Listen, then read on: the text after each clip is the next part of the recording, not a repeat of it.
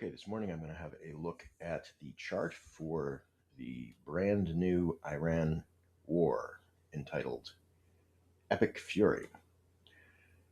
So this chart is a Aries rising chart. This is from 8 o'clock this morning on Saturday the 28th of February 2026. The chart is for Washington, D.C., where the war was announced. The rising degree is the 11th degree of Aries. This is a decan that is ruled doubly by the sun. Of course, Aries is under Mars rule, but the decan is a sun decan. Um, Now, if this was chosen on purpose, and I would imagine that I've got a lot of other war announcement charts, which many of them have a Mars um, ruled sign as the rising sign. The chart for the Russian announcement of Russian war against Ukraine also has a Mars ruled rising sign, which was in that case Scorpio. But in this case, we've got Aries. Again, I would assume we're trying to project a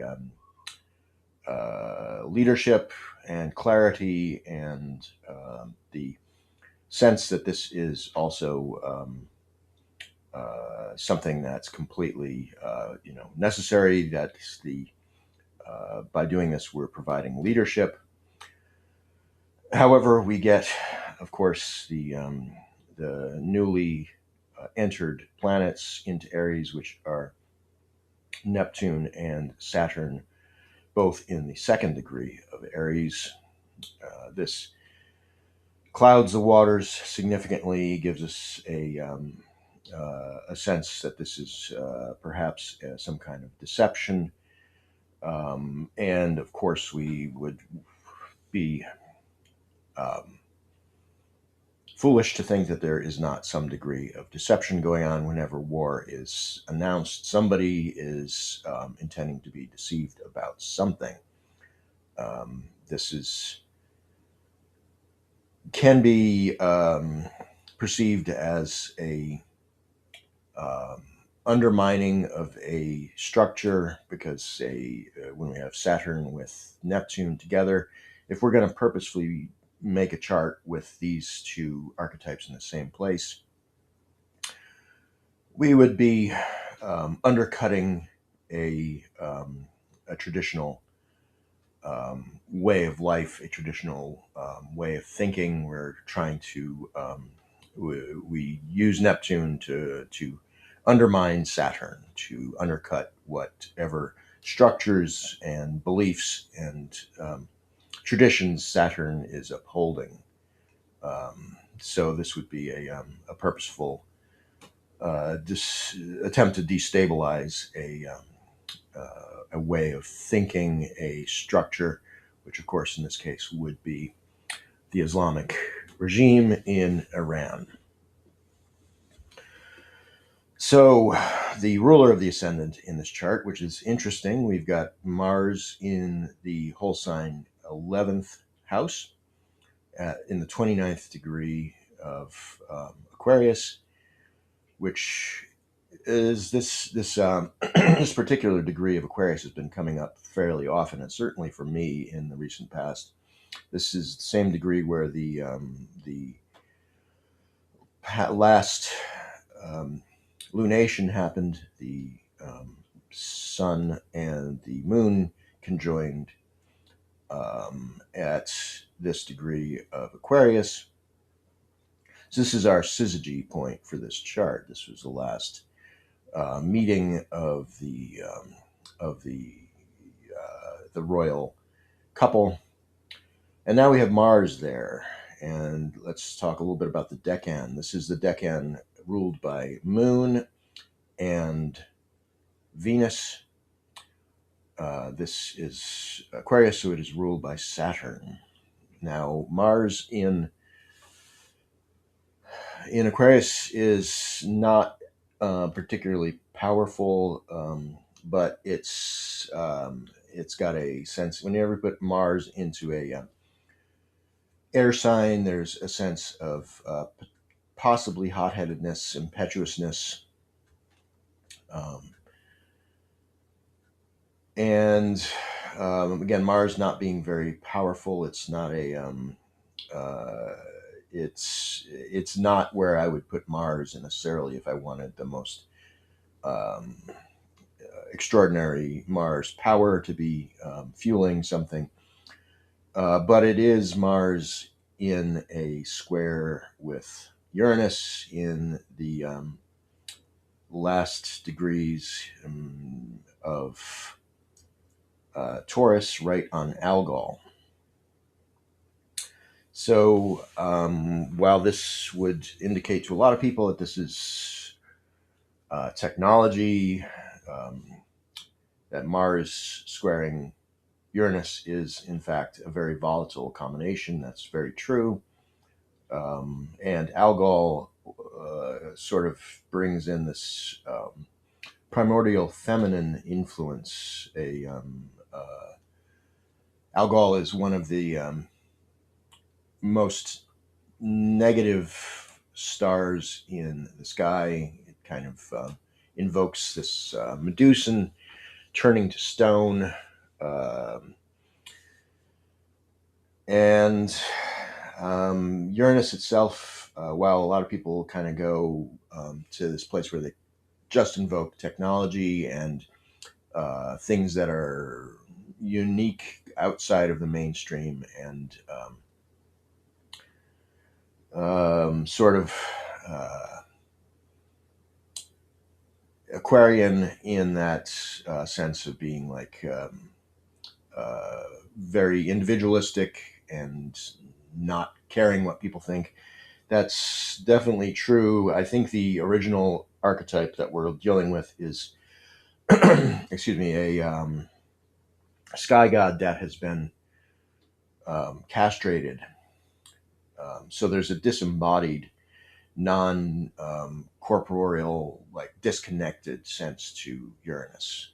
Um, that's more at the core of its actual significations rather than this what the mainstream gets. So that while I don't disagree with it being about technology, and I think putting Mars in a square with Uranus definitely tells us that there's going to be some extraordinary use of technological warfare moving into this. I think if you were putting the these two, if this is in fact being done on purpose, that would be the reason to put Mars in the final degrees of Aquarius. Now, there is another reason you might put it in this vicinity here because the final decan of Aquarius is about it's a story of a being in a place where you've got all the information you have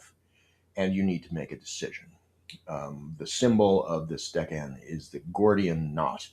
And there's something that's tied up so tight that you need to figure out if it's time to either continue trying to unravel your knot or if it's time to just cut it and be done with it and move on.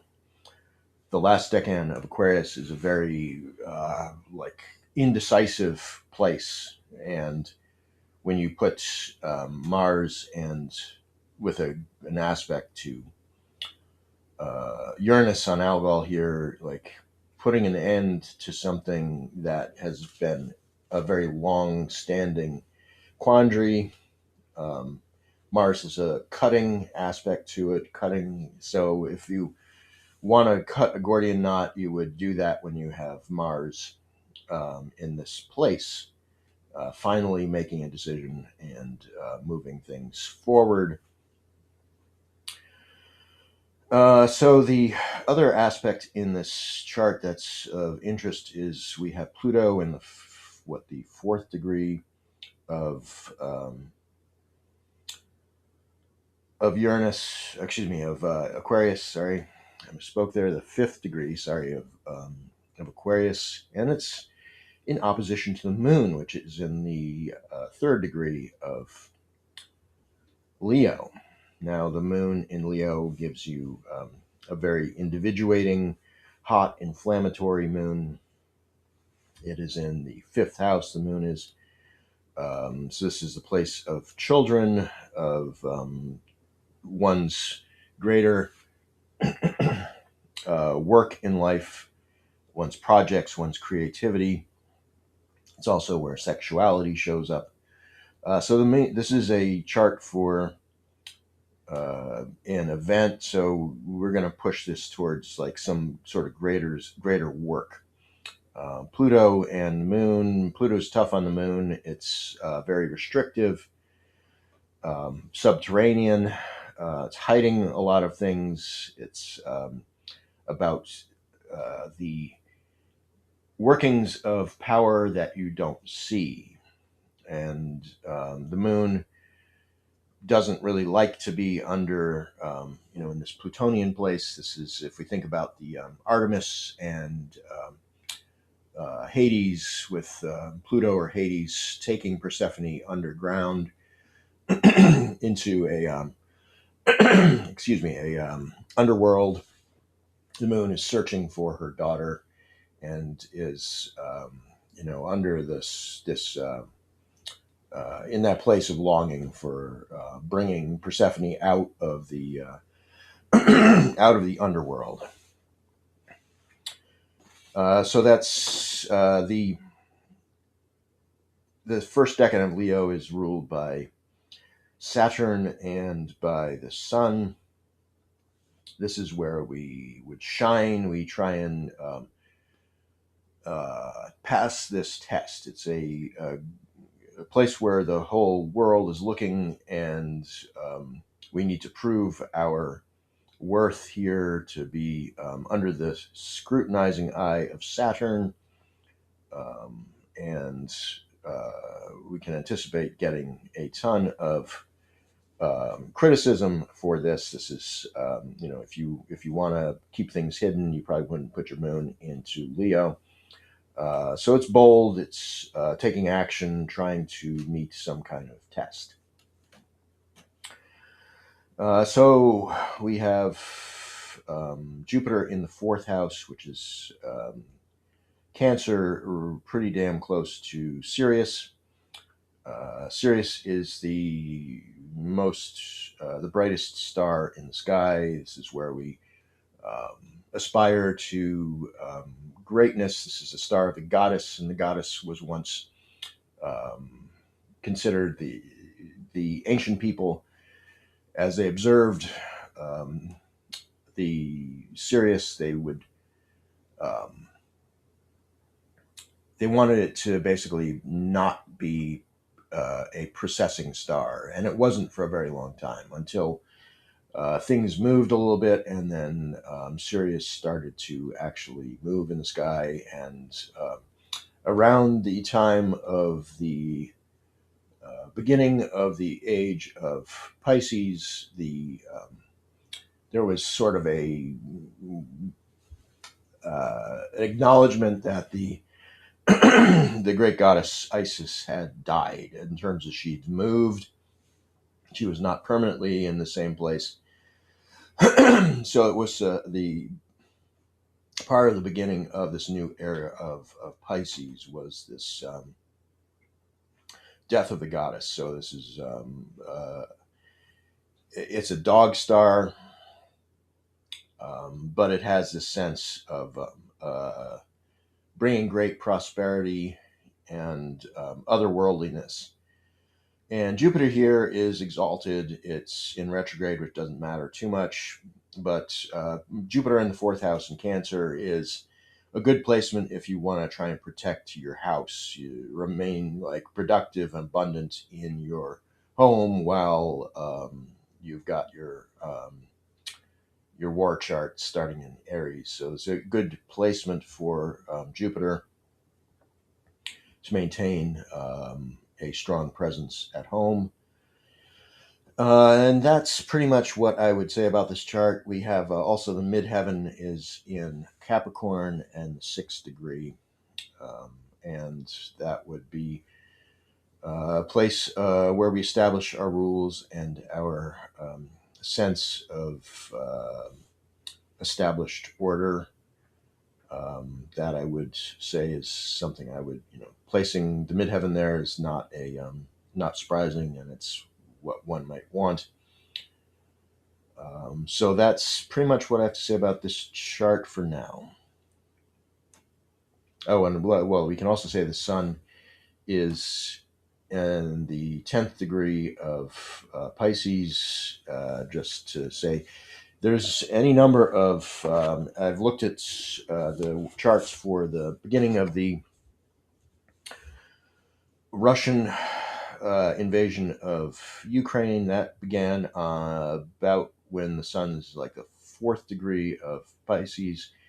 The announcement of the war in Iraq in 2003 was done with the sun in the first degree of Pisces. So this is a pretty common decan for launching a war in the at least in the last 25 years, 26 years. There's been a lot of war announcements in this first degree of Pisces.